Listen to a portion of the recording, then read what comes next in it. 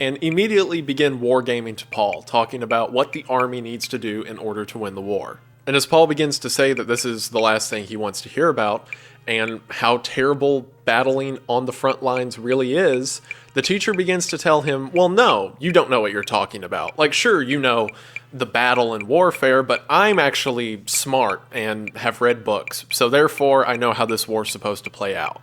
And then from that, all of the men, besides Paul, begin arguing what the best strategy of the German army really is. And as they begin to yell and shout, Paul just gets up and leaves, and they don't even notice.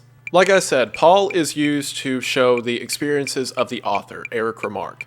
And while everything that Paul's seen is a conglomeration of Eric's own experience and the experience of other veterans, as mentioned like with the hands on the barbed wire earlier, Eric particularly talked about how whenever he got home, the men would constantly be pressing him to talk about how great war is. And whenever he would answer with the horrors of war, they would say, oh, well, you just don't know what you're talking about then. And while it's easy to condemn these people for their ignorance in the face of reality, and the story does here in just a moment with the teacher,